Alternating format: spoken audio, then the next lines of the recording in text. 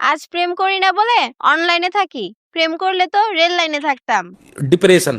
নিজের বলতে শুধু নামটাই ছিল, তাও আজকাল মানুষ ভণ্ড বলে ডাকে। এমনিতেই তো বাড়ি থেকে বের হই না, আবার যদিও বের হই মানুষ বলে ওই দেখ কারেন্ট নাই এজন্য বের হইছে।